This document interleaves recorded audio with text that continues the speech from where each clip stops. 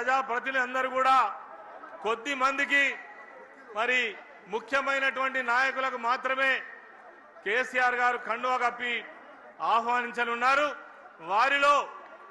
జగిత్యాల పట్టణానికి సంబంధించినటువంటి జీవత్ పర్వాన్ మున్నా జగిత్యాల 35వ వార్డు వైస్ చైర్పర్సన్, వారిని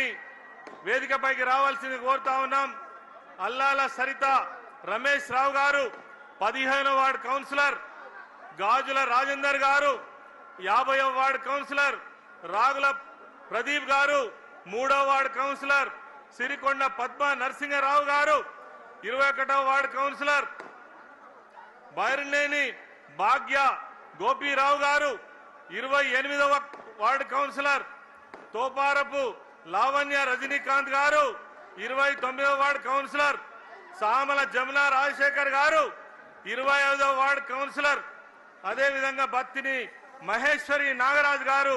9వ వార్డు కౌన్సిలర్, కల్లెపల్లి దుర్గయ్య గారు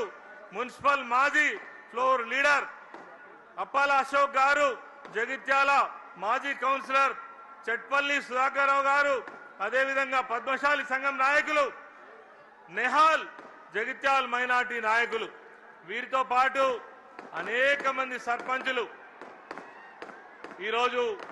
బీఆర్ఎస్ పార్టీలో చేరడం జరుగుతూ ఉంది. జన్ను రాజేందర్ గారు చెలగల్ సర్పంచ్, అదేవిధంగా పొట్టపత్తిని సతీష్ గారు కన్నాపూర్ సర్పంచ్, నల్ల కవితా స్వామిరెడ్డి గారు లక్ష్మీపూర్ సర్పంచ్, చెవుల గంగన్న గారు సోమలపల్లి సర్పంచ్, ముక్కునూరు వంశీ నర్సింగాపూర్ సర్పంచ్, పల్లె లక్ష్మీరవి వెల్దుర్తి సర్పంచ్, ఇండ్ల జమునా రాజేందర్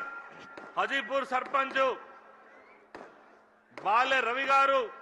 కల్లపల్లి సర్పంచ్, వాసాల రాధా మల్లేశం గారు గుట్రాజుపల్లి సర్పంచ్,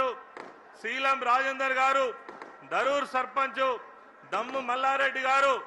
హుస్నాబాద్ సర్పంచ్, గుమ్మడి సంతోష్ గారు కుంపరిపల్లి సర్పంచ్.